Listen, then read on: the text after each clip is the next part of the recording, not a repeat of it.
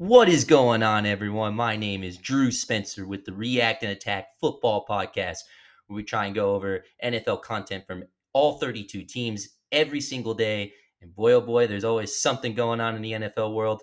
And if you like what you hear, make sure to like and subscribe. And let's go. The Lions and Jared Goff had an absolute thrashing against the Chicago Bears and their former offensive coordinator, now their head coach, Ben Johnson. And this was certainly not the game Ben Johnson imagined to be his homecoming entering back into Detroit. He was met with boos, and I totally understand, man.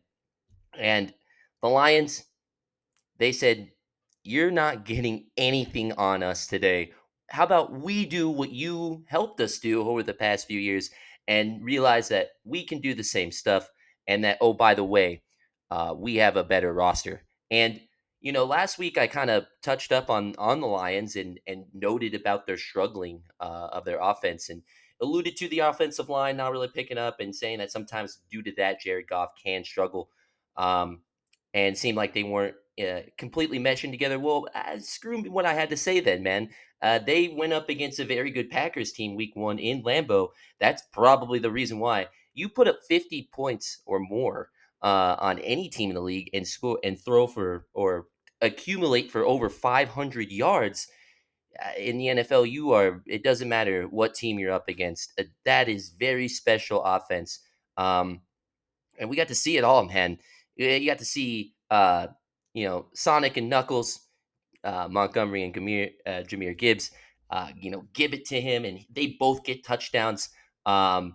And Amon-Ra St. Brown still uncoverable. J-Mo only had like 3 catches, but it was for over 100 yards.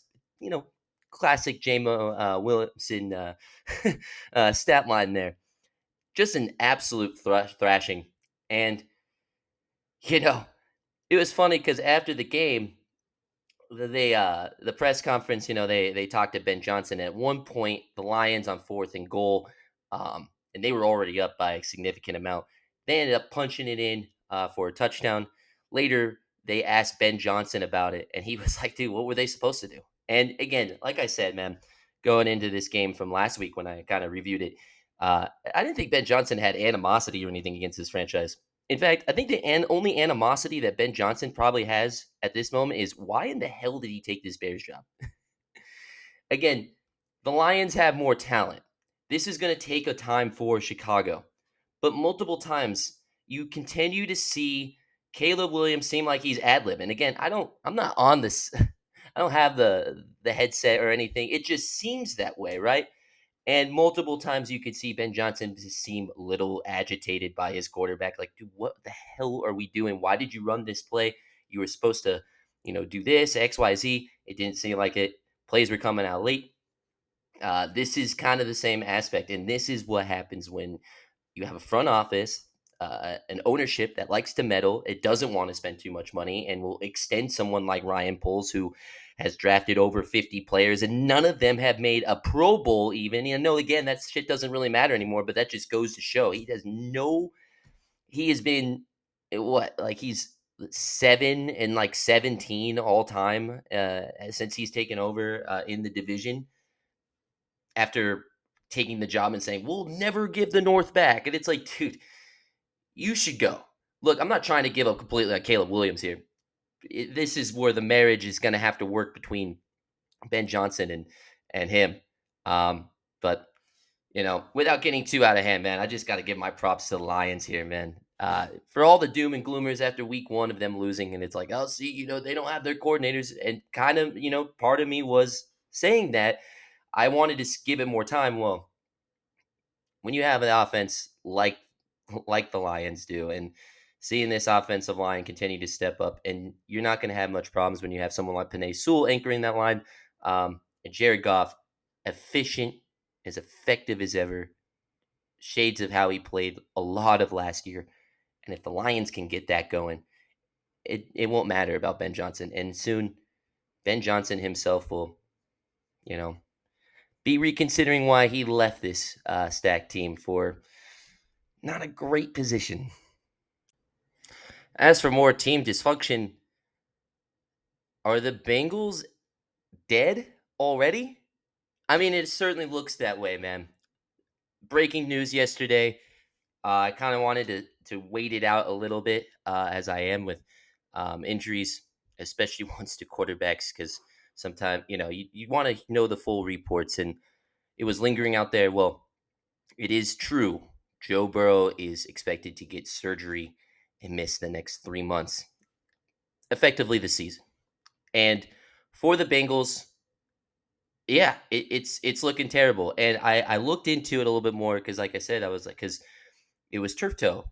And initially, when it first came out, I was like, "Oh man!" And I looked up their schedule the next 2 to 5 weeks, kind of like Brock Purdy, and I was like, "Oh shit, they got some bangers on this schedule. That it's gonna be tough without Joe Burrow." And then I found out this news, and no, he's not coming back. Really, I mean, barring I guess they make the playoffs and win a game or so, and then maybe you come back. Guys, let's be real here. Jake Browning, uh, yeah, he gets the win there, and he's got the playmakers to throw to.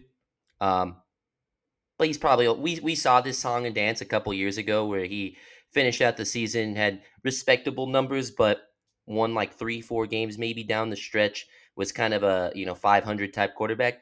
Yeah, he could maybe get you 6, 8 wins this year. It's it's it's egregious, man.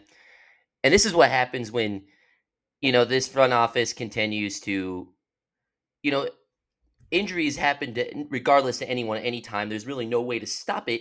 But again, when you continue to not invest in this offensive line for as long as they have, and when they do try and take shots, it usually backfire. There's been so much turmoil. I know the Micah Parsons trade blew everyone's tits off and made everyone hate Jerry Jones. But we were talking most of the year, most of this offseason about Mike Brown and not paying guys like Trey Hendrickson, not even signing their first round pick because of stupid shit. Well, now you used to see more and more about how they chose to invest top heavily into their quarterback and say, hey, let's get him his receivers, let's make him happy there. Yeah, that's great.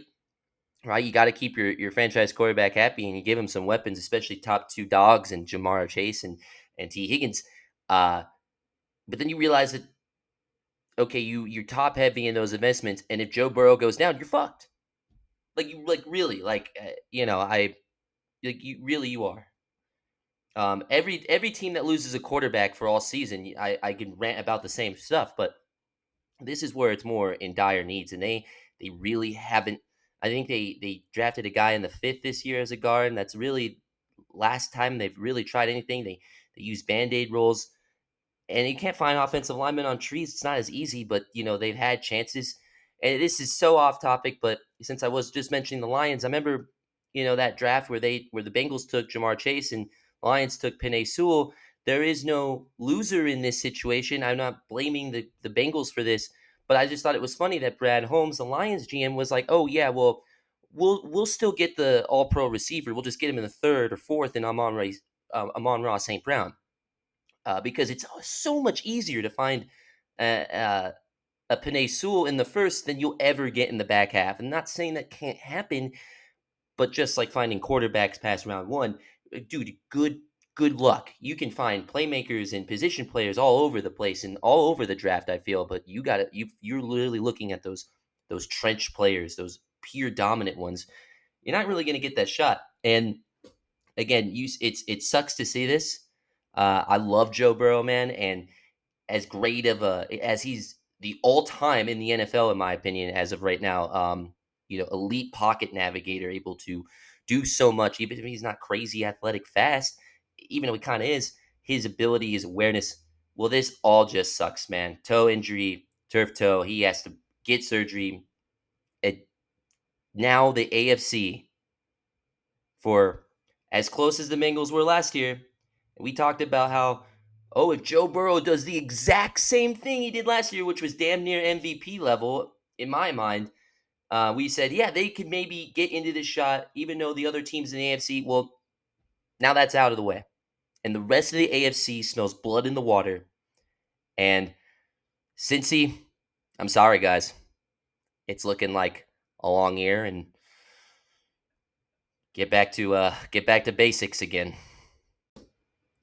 Another team that we heard some bad juju about going into this year were the LA Rams, as Matt Stafford Um, he was in question almost all of offseason, really didn't practice in training camp, alluded to the back issues.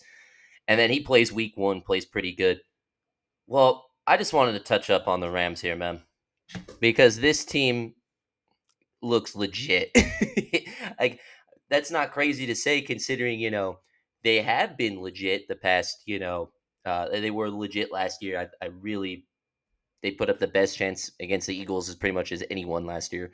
Um, the Rams are an insane group. And then you realize that they add in Devontae Adams along with Puka Nacua to just because they really needed uh, a second receiver. They've tried it a few times, and then by the time they got Puka Nacua, Cooper Cup was kind of slowing down, and too cost heavy.